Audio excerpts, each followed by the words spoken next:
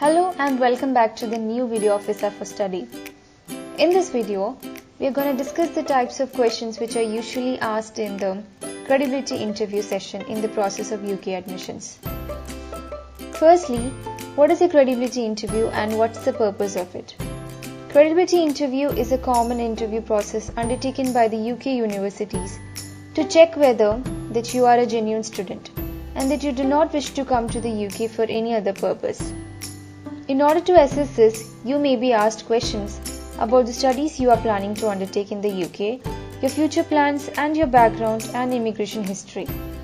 You may also be asked how you intend to cover the financial cost of your life and study in the UK and why this cost will be worthwhile. Now let's see the questions. So question number 1, why have you chosen to study in UK? Given that you could have studied in your home country or in an alternative country, you should explain that why is it that you have chosen to study in the UK instead of other countries and why have you opted for this course in UK. You should be able to give reasons for all such things. You should tell them about the specialty and unique features of the UK country and why it attracted you, so that they get easily convinced that you really wish to study in UK. Question number 2. Why did you choose to study at that particular university? Say for an example, they would be asking you why you choose to study at University of Bedfordshire or why you choose to study at University of Stirling, etc. So, there are lots of universities in UK. You should consider why you choose that particular university. Was it because it offered your chosen course? You should tell that what was it specially about that university course which you have chosen. You must be able to tell the specialty of that university, the rank of it that it holds, or the facilities which are offered in the campus. Or was it the location which attracted you, or the ambience, etc. Question number 3. Why did you choose the course you have applied for? Of all the courses offered in the UK, what was it about the course that made you choose it? Think about the process you went through when you were deciding which course to study. You should also consider how the specific modules and course content, subjects, influenced your decision making. You will be expected to know what the units are called and what you will be taught. You are expected to know how many credits are required for the course, the skills and the knowledge you expect to gain from the course, and how long your course will last, and how much your tuition fees will cost, and what qualification you will gain when you complete the course. Question number 4. How do your studies fit into your plans for the future? You should tell them about how your qualification will benefit you throughout your planned career. It's also important to consider how the course complements your previous courses you have completed and work experience that you have already got. Question number 5. What are your post-study plans? You should have a clear plan after you finish your course. The plan should be relevant to the course, it should be realistic, and the proposed course should be a necessary step to achieve your aim. That is, you should say that you would not get the job you want without studying this course. Question number 6. If the cost of pursuing your course of study are higher in the UK than in your home country, why have you decided to study in UK?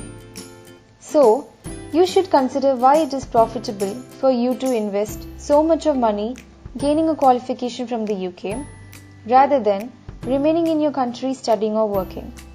Tell them about the advantages of gaining the degree from a UK university. Tell them that how gaining qualifications and UK experience will make a large difference in your life and enable you to make a money back later on which you have invested in it. Question number 7. How will you fund your stay in the UK, including the cost of your studies?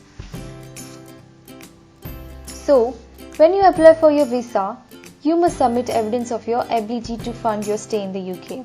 You should know exactly where this money has come from that you will require to fund your entire stay in the UK. If you have obtained the money by taking out an educational loan, you will need to explain very clearly how you intend to pay this money back. Question number 8. Where do you plan to live during your studies? You should investigate about your accommodation, options, and be able to say where you plan to live. You must know how far it is from the university and how will you travel to your classes. Question number 9. Do you plan to work in the UK? Since for holding a Tier 4 visa, if you are applying the entry clearance to the UK under Tier 4, the main purpose of your stay must be to study and not to work. You cannot rely on funds from working to pay your course fees and living costs. Instead of that, you should think how your intent to employment will build upon and develop the skills and knowledge you will gain by means of your academic course. Question number 10. Now if you have a break in your studies, then they would be asking you this. How long you had break in your studies and why are you returning to study now? So, now you should be clear why it is that you have chosen to return to study and how it will benefit for you in terms of future career. You should consider why now is a good time for you to return to study and why you did not return to study before. Question number 11. How does your new course constitute academic progression from your previous studies? You must be able to explain how the new course is related to the previous course for which were given Tier 4 leave, or how the previous and new course combined support your genuine career aspiration. Question number 12. How do you plan to support yourself financially for both course fee and living expenses?